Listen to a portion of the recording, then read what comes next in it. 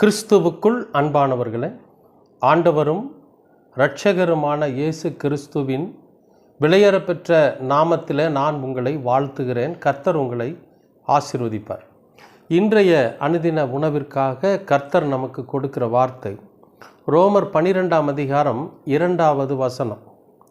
நீங்கள் இந்த பிரபஞ்சத்திற்கு ஒத்த வேஷம் தெரியாமல் தேவனுடைய நன்மையும் பிரியமும் பரிபூரணமுமான சித்தம் இன்னதென்று பகுத்தறியத்தக்கதாக உங்கள் மனம் புதிதாகிறதினாலே மறுரூபமாகுங்கள். அன்பானவர்களே, ஒரு எந்த மாதிரி இருக்க சொல்கிறாரு அப்படின்னா, இப்பிரபஞ்சத்தின் வேஷம் தரிக்க வேண்டாம், பிரபஞ்சத்திற்கு ஒத்த வேஷம் நீங்கள் தரிக்க வேண்டாம், ஏன்னா அது பொய்யானது, மாயை அப்படிங்கிறது. அப்போ இந்த உலகத்தில் வாழ வேண்டாமா, இந்த உலகத்திற்குரிய வாழ்க்கை வாழ வேண்டாமா அப்படின்னு ஒரு கேள்வி வருது இல்லையா? அதில் நிறைய வித்தியாசம் இருக்குது.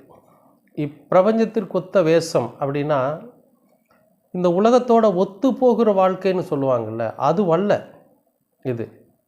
இது இந்த பிரபஞ்சத்தில் இருக்கக்கூடிய பொல்லாத லோகாதிபதிகளோடு ஒத்து போகிறது, அவங்களுக்கு ஏற்ற வேஷம் தரிக்கிறது. சும்மா ஒன்றுமே இருக்காது, தன்னை ஒரு பணக்காரனாக காட்டிக்குவான். தன்னிட்ட திறமை இருக்காது, ஆனால் ரொம்ப திறமை இருக்கிற மாதிரி காட்டிக்குவான். தாங்கிட்ட ஒரு தப்பு பண்ணிடுவான், அந்த தப்பை சரின்னு சொல்லி வாதாடுவான். இது போன்ற இந்த உலகத்திற்கு ஒத்த காரியம். ஒரு தப்பு பண்ணிட்டோம், இது தப்பு அப்படின்னு உணர்ந்து நான் தப்பு பண்ணிட்டேன்னு சொல்லி பாருங்கள், உயர்ந்த இடத்துக்கு நம்ம போவோம்.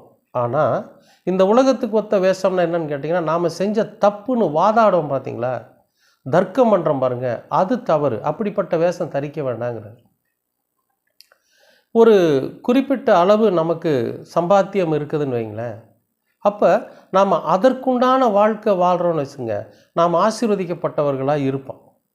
ஆனால் மற்றவர்கள் நம்மை பாராட்ட வேண்டும் என்பதற்காக, மற்றவர்கள் நம்மை பெருமையாக நினைக்கணும் அப்படிங்கிறதுக்காக நாம் என்ன பண்ணுவோன்னு கேட்டிங்கன்னா, நம்முடைய வருமானத்திற்கு மேலே, நம்முடைய சம்பாத்தியத்திற்கு மேலே நம்ம கடன் வாங்கி இந்த உலகத்தில் நான் ஒரு பணக்காரங்கிற அந்த பொய்யான வேஷம் தரிக்கிறோம் பார்த்தீங்களா, அதை வேண்டான்னு சொல்கிறார். இந்த பிரபஞ்சத்தின் ஒத்த வேஷத்தை நீங்கள் என்ன பண்ண வேண்டாம், தரிக்க வேண்டாம். பாவம் அப்படிங்கிறது அந்த பொய்யான வாழ்க்கையில் சேர்ந்துரும் அப்படிங்கிறதுனால அவர் சொல்கிறார். அதுக்கடுத்து சொல்கிறாருங்க, தேவனுடைய நன்மையும் பிரியமும் பரிபூரணமுமான சித்தம் இன்னதென்று பகுத்தறியத்தக்க. தேவனுடைய நன்மைனா என்ன,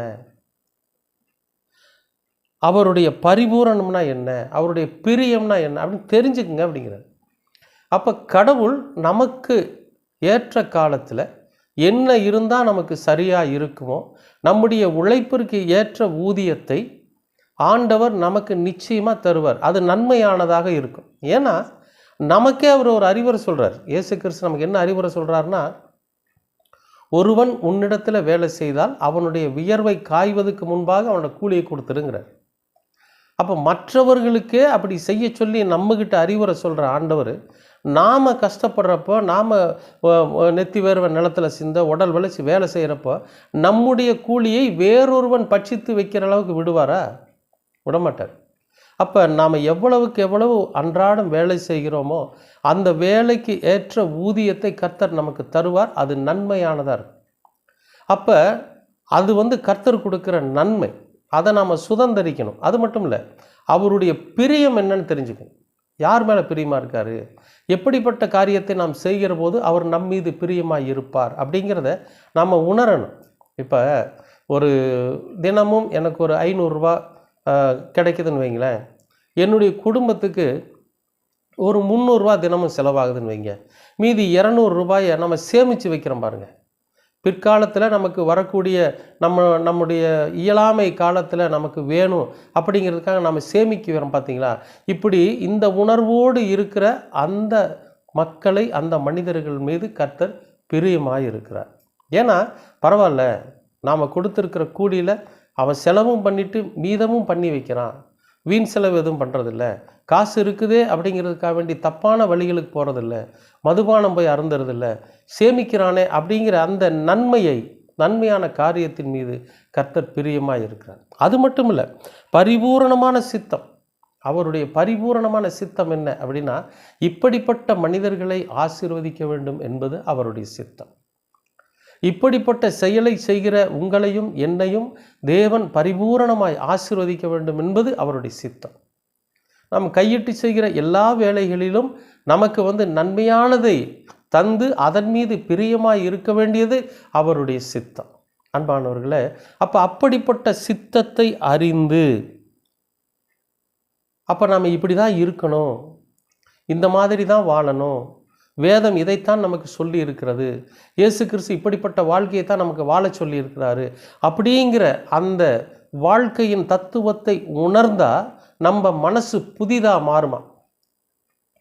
பாரம்பரிய வாழ்க்கையிலிருந்து, இந்த உலக இச்சையிலிருந்து, உலக காரியங்களிலிருந்து நாம் மீட்கப்பட்டு நம்முடைய இருதயம் புதிதாக மாறுகிறதினாலே நாம் மறுரூபமாக்கப்படுவோம். இந்த சரீரம் இருக்காதானா? இல்லை, இந்த சரீரமே இன்னொரு ரூபமாக இருக்கும். இவன் அப்படி தெரிஞ்சால் இன்றைக்கி இப்படி மாறிட்டானே, இவன் எப்படியோ இருந்தான், இப்போ பார்த்தா இவ்வளோ ஒரு நல்ல ஒரு மனுஷனாக தெரிகிறானே, பார்த்தா எல்லாரும் மேலே அன்பு செலுத்துகிறானே, கஷ்டப்பட்டு உழைக்கிறானே அப்படின்னு ஒரு மாறுபட்ட வார்த்தை மக்களுடைய வாயிலிருந்து வரும்.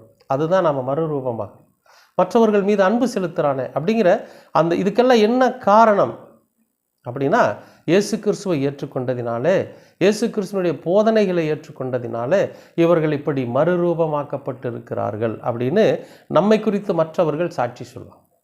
அன்பானவர்களே, அப்படி ஒரு சாட்சிக்கு நம்மை உட்படுத்தி கொள்ள வேதம் விரும்புகிறது, ஆண்டவர் விரும்புகிறார், கர்த்தர் அதற்காகவே தன் ஜீவனை கொடுத்தார். அன்பானவர்களே, இன்றைக்கும் கூட இந்த அனுதின உணவில் கர்த்தர் நமக்கு கொடுக்கிற வார்த்தையின் சாராம்சம் என்னவென்றால், இப்பிரபஞ்சத்தின் ஒத்த வேஷம் தரிக்க வேண்டாம். இந்த உலகம் நம்மளை புகழணும், உலகம் நம்மளை பாராட்டணுங்கிற அப்படிப்பட்ட பொய்யான வாழ்க்கை வாழ வேண்டாம்.